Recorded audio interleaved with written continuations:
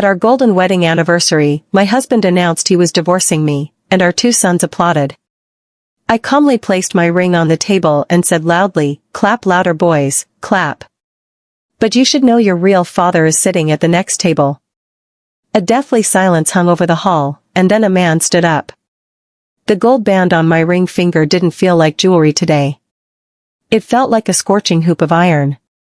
The engraving 50 years on the inside of the metal seemed to be branding the number right onto my skin.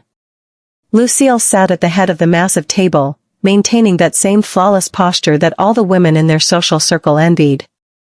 Her back was straight, her chin slightly raised, her gaze calm and benevolent.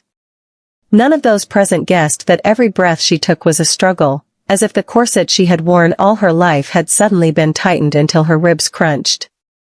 The banquet hall of the Holloway estate was drowning in flowers.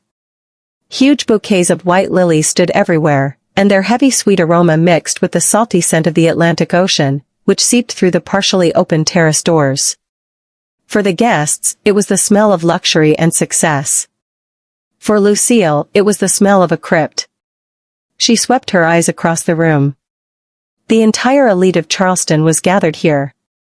Vance's business partners, old family friends, local officials, and even a few journalists whom her husband had invited to capture this triumph of family values. They all drank expensive champagne, made toasts about loyalty and love, and admired how Vance and Lucille had managed to preserve their marriage for half a century. "What a couple," came a whisper from a nearby table. "So many years together, and not a single scandal. Lucille is simply a saint." Lucille barely smiled with the corners of her lips. A saint? If only they knew. All her life she hadn't been holy. She had just been convenient.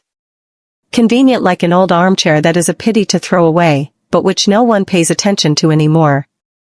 Please drop a comment below and tell us what you would have done in this situation.